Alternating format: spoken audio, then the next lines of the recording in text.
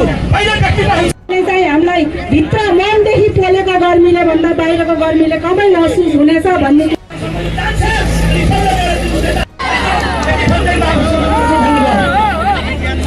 साथीहरूलाई यसको चाहिँ प्रयास गर्नुभएकोमा सांकेतिक प्रयास गर्नुभएकोमा धन्यवाद दिन चाहन्छु सिद्धार्थनगर सहकारी सञ्जालको तर्फबाट र विभिन्न चाहिँ विरोध कतिचोटि हामीले कति बार लगभग 10औं बार गरिसक्यौँ।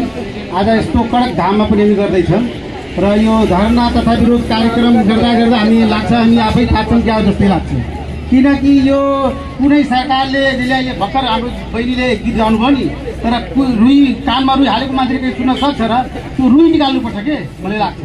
त्यसले गर्दा अब हामीले कडा कुनै चाल चल्नुपर्छ। जस्तै हामी यो जुन यो हाम्रो छ डोमेस्टिक यसलाई रोक्नुपर्छ र एउटा सबभन्दा ठुलो यो भन्सारलाई रोक्यो भने सबै एकजुट भएर आउँछ र यो हाम्रो विमानस्थल चल्छ भने म यति भन्न चाहन्छु। रूपमा धेरै पटक यहाँका निजी क्षेत्रका व्यवसायीहरूलाई भन्ने गरेको छ, नेपाल सरकारका तत्कालीन मन्त्रीहरूले नै तत्कालीन मान्यहरूले नै यस विमानस्थल अब उद्घाटन भयो, अब निजी क्षेत्रले लगानी गर्नु पर्यो भनेर अरबौं लगानी यहाँ भइसक्यो।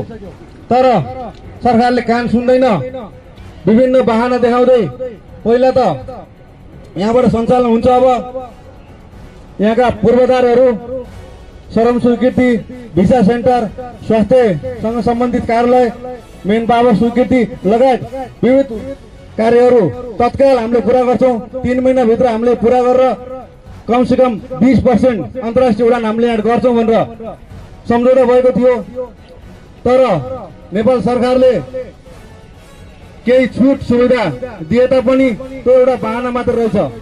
किन भन्दा जब अन्तर्राष्ट्रिय उडान काठमाडौँमा बन्द भयो, काठमाडौँमा निर्माण सुरु भयो, तब 5वटा अन्तर्राष्ट्रिय उडान यहाँबाट सुरु भयो। त्यो एउटा यहाँका जनतालाई देखा अन्तर्राष्ट्रिय सेटिङ, नेसनल राष्ट्रिय सेटिङहरूसँग मिलेमतो गरेर काठमाडौँको विमानस्थल सञ्चालन गरेको छ। यदि यो विमानस्थलमा पनि त्यस्तै सुन तस्कर हुने र अन्तर्राष्ट्रिय र राष्ट्रिय सेटिङ हुन्छ भने यो विमानस्थल तुरुन्तै चल्छ।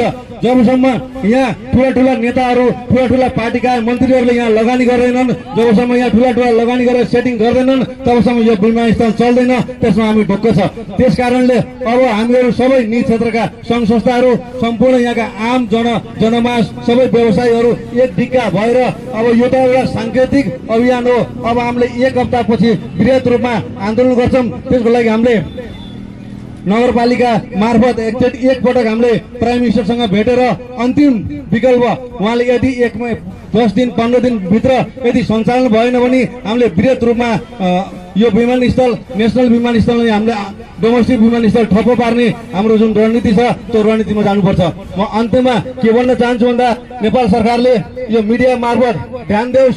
यहाँका जनताहरू धेरै पीडित छन्, धेरै निजी क्षेत्र धराशायी भइसकेको छ। सबै यहाँ निर्माण भएका होटलहरू ध्वस्त हुन थालिसके, सबै ब्याङ्कले लिलाम निकालिसक्यो, सबै कालो सूचीमा गइसके। त्यसकारणले अब मर्नुभन्दा बौलाउनु निको भन् जस्तै अब सबै हाम्रो रोडमा सुत्न तयार छौँ। त्यो हुन नदिन नेपाल सरकारले छिटो भन्दा छिटो जुन पहिला 5वटा अन्तर्राष्ट्रिय विमानस्थल यहाँबाट सञ्चालन भएका थिए 3 महिना, तिनी विमानस्थल यहाँबाट शीघ्र रूपमा सञ्चालन गरोस्। त्यसपछि नेपाल सरकारले जुन सम्झौता अनुसार छुट सुविधा दिने जुन घोषणा गरेको थियो त्यो छुट सुविधा तुरुन्तै यथाशीघ्र छुट सुविधा अन्तर्राष्ट्रिय विमानस्थललाई छुट सुविधा देओस्। र अर्को कुरो एयरपोर्ट र पोखरा एयरपोर्ट तयार भएर नचलाउँदै गर्दा के यो कमिसन खानको लागि मात्रै बनाइएको हो भन्ने कुरा आज संसदमा कुरा उठेको छ। पोखराको 14 अर्ब रुपियाँ त्यो त केही पनि होइन। भैरवाको एयरपोर्टमा तपाईँले त्यो कास्टिङ हो, भैरवाको एयरपोर्टमा फिल्म देख्न पाउनुहुन्छ भनेर सांसदले भनेपछि हामीले के बुझ्ने? यहाँ त अझै सेम्रामा पनि अन्तर्राष्ट्रिय एयरपोर्ट बनाउनु पर्छ भन्दैछन्। ती कमिसन खोरहरूले एयरपोर्ट बनाउने, निजी क्षेत्रलाई उचालेर लगानी गर्न लगाउने, त्यसपछि एउटा एयरपोर्ट चलाउने, काठमाडौँभन्दा बाहिर नजाने। त्यो काठमाडौँभन्दा बाहिर नजानको कारण के छ भने केही 2 नम्बरिया गिरोहहरू छ। त्यो 2 नम्बरी गिरोहहरूले त्यो सरकारका मान्छेहरूलाई, मन्त्रीहरूलाई, सचिवहरूलाई कमिसन पुर्याउँछन्, महिनामारी पैसा पुर्याउँछन्। त्यसकारण त्यो एयरपोर्ट यहाँ चलाउन दिन्नन् तिनीहरू। त्यसो भए त्यो जालो तोड्नको लागि अब हामीहरू तयार भएर बस्नु आवश्यकता छ। भोलिको दिनमा यो एयरपोर्ट चलेन भने अब 1 हप्ता 10 दिनमा सांकेतिक विरोध गर्दा पनि एयरपोर्ट सञ्चालन गरेन भने अब हामीले अनिश्चितकाल आन्दोलन गर्नुपर्छ।